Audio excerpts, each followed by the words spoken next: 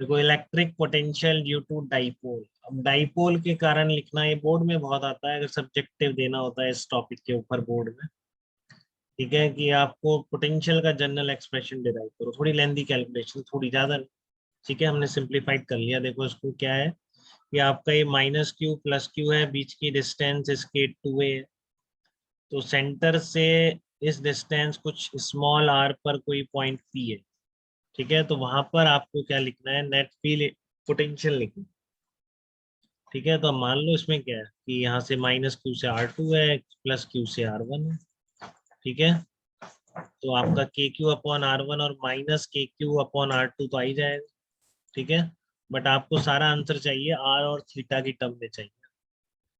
ठीक है ना, इस स्मॉल आर और थीटा की टर्म में आंसर चाहिए।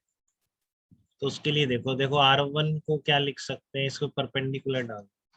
अब क्योंकि ये डिस्टेंस अगर बहुत कम है, देख रहे हैं आप इस चीज को, अगर ए और बी के बीच की डिस्टेंस बहुत कम है और पी पॉइंट बहुत दूर है, ये डिस्टेंस बहुत कम है और ये पी पॉइंट बहुत दूर है, तो देखो ये वाला एंगल बहुत ही स्मॉल हो गया कि नहीं? ठीक है ना, तो जब आप इससे परपेंडिकुलर डालोगे तो ये एंगल बहुत स्मॉल है, ये राइट एंगल बनेगा।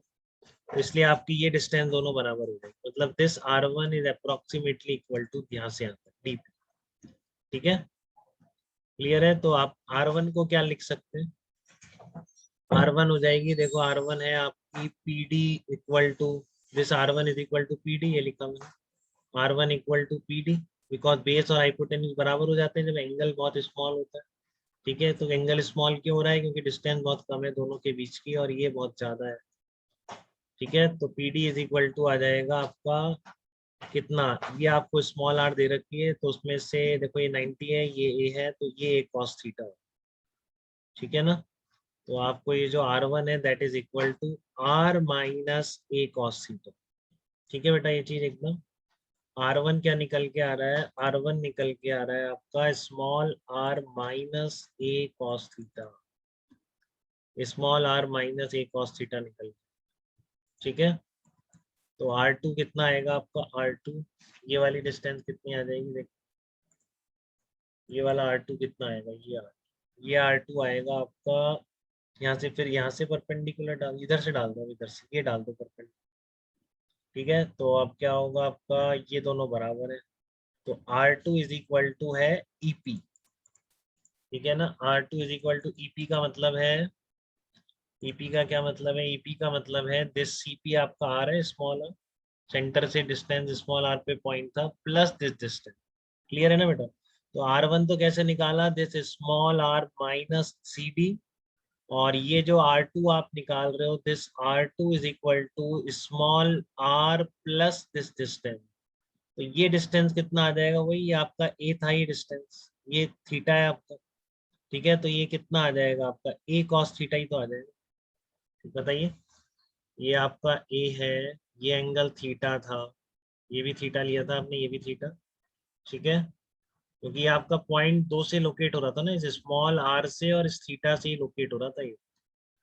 ठीक है, तो ये थीटा था, ये भी थीटा, ये है ए, क्योंकि पूरी डिस्टेंस 2a सेंटर है, ये ए है, तो ये कितना आ जाएगा, ए कॉस थीटा। ऐसे इसमें भी आ गया था, ये थीटा था, ये ए था, तो ये कॉस थीटा आ गया। ठीक है, तो ये R1 हो गया था R माइनस ए कॉस थीटा, और दिस R2 हो जाएगा R plus A cos theta. Clear है बेटा सबको ये R माइनस ए कॉस थीटा आ गया, R2 आपका R plus A cos theta आ गया। तो P पॉइंट का नेट पोटेंशियल होगा VA प्लस VB, तो VA कितना आ गया आपका, minus K Q upon R2, और VB से कितना आ जाएगा, के क्यू अपॉन R। ठीक है, तो R1 R2 की वैल्यू रिप्लेस करो, R1 हो गया आपका R माइनस ए कॉस थीटा, ये R2 कितना हो गया, उल्टा कर दिया क्या, नहीं ये लिखा है K Q upon R1, R minus A cos theta minus K Q upon R plus A cos theta. अब आप आगे सॉल्व करें।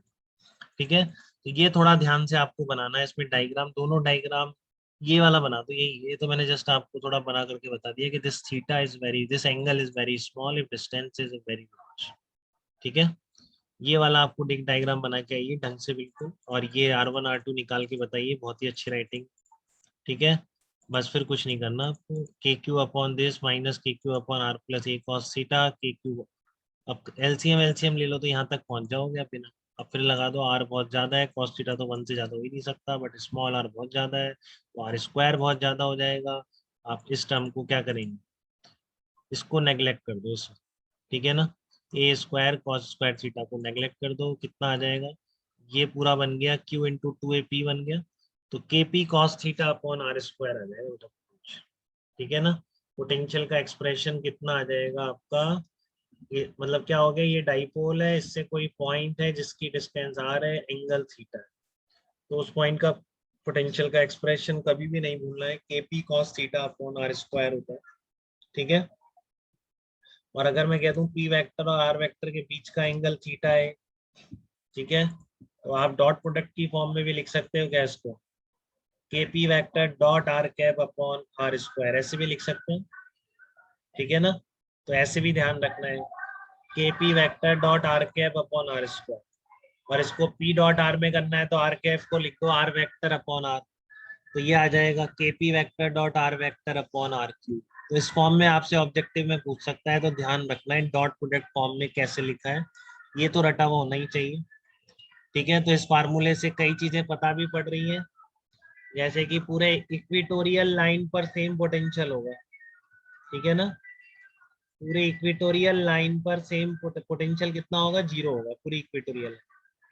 तो एक डाइपोल की इक्वेटोरियल लाइन, ऐसा डाइपोल है तब किस लाइन पर 0 होगा, इस लाइन पर, हर जगह पोटेंशियल 0, सीधी सी बात है, माइनस क्यू और प्लस क्यू से डिस्टेंस सेम है तो पोटेंशियल कैंसिल आउट हो जाए।